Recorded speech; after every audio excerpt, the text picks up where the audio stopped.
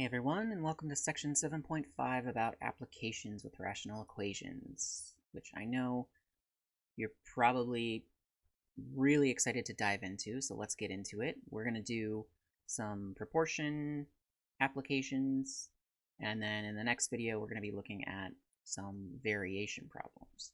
So what do I mean by proportion applications?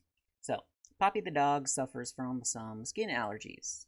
The vet, when we took her to the vet about the allergies, recommended cetirizine to help with the itching. The dog's recommended dose would be about 5 milligrams per 10 pounds of the dog's weight.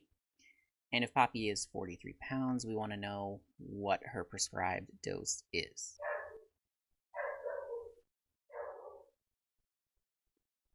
All right, I think she's done barking. So that's the canine dosage. We want to know how much of this medication to give Poppy. Well, all right, so first things first, we need to name the quantity that we're looking for. It's pretty straightforward here. We're looking for what Poppy's prescribed dose is going to be of cetirizine. So let's say P is equal to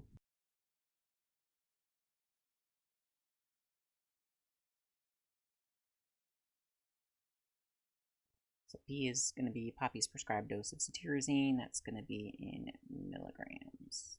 Now, what is it that I know? Well, I know that for every 10 pounds of the dog's weight, we prescribe 5 milligrams. So for every 10 pounds, we have 5 milligrams. And we're looking for Poppy's dose. We know that she weighs 43 pounds. And this is not a terribly difficult problem to solve, so we can go ahead and do this. Let's multiply both sides of the equation by 43. So P is equal to 215 over 10, or P is equal to 21.5 milligrams. So we can write a sentence.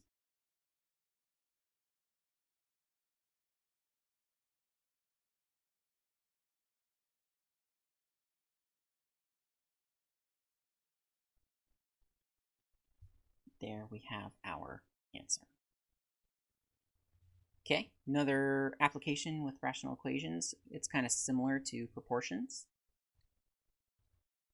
Let's say we have two triangles. So these are what we would call similar triangles. And if you don't know what that means that the corresponding sides are all in the same ratio, and all of the corresponding angles are the same as well. So by corresponding sides, I mean these two. So that ratio is the same as the ratio of the other two sides, which is the same as the ratio of the other side. And you can see, oh yeah, all of those fractions reduce down to 1/4, so they are all the same. And we would also have that angle A corresponding to angle X would have the same measure. Angle B corresponding to angle Y would have the same measure. And angle C corresponding to angle Z would also have the same measure. So that's what similar triangles are. Basically, a similar triangle is one that is scaled up or down from a given one. That's the background on similar triangles. We're going to look at an application of that in conjunction with the rational equations business. All right, on a map, we have San Francisco, Las Vegas, and Los Angeles. They form a triangle between all three of the cities. On a map, you measure things with a given scale. So if you have a map out in front of you, you're going to measure the distance between the cities in inches. And if you don't know what the scale is, then it's hard to tell what the actual distance is. But if you know one of the distances,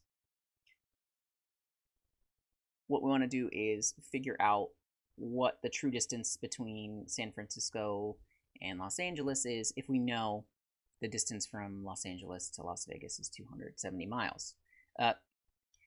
That's a lot to digest. So here's a picture. Here we have San Francisco, Los Angeles, and Las Vegas. And this is like a map. So on the map, you can measure each of these side lengths and get 1.3 inches from San Francisco to Los Angeles, 1 inch from Las Vegas to Los Angeles, and 2.1 inches from San Francisco to Las Vegas. All right. Assuming that this map is accurate, that means that the true triangle made up of the three cities is similar to this one and would be scaled up. So that is, it would look exactly the same, except it would be larger, and the side lengths would be in terms of miles.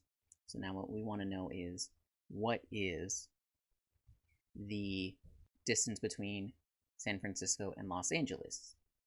Which means we are in particular looking for the length of this side. Let's name it x. X represents the true distance from San Francisco to Los Angeles, and we can use that to set up an equation because we know these triangles are similar. In particular, we know that this 1 inch corresponds to 270 miles.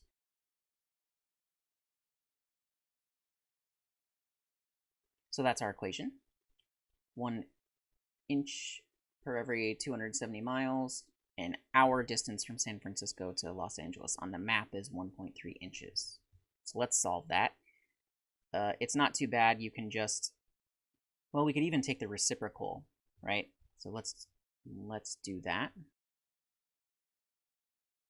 If I take the reciprocal, I mean I can flip both of the fractions and everything is still fine. Of course, then all I have to do is multiply both sides by 1.3.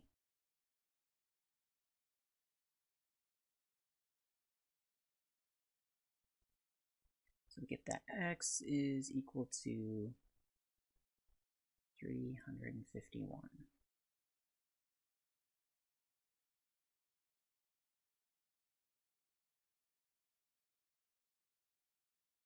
So that would make the true distance 351 miles. And that's it.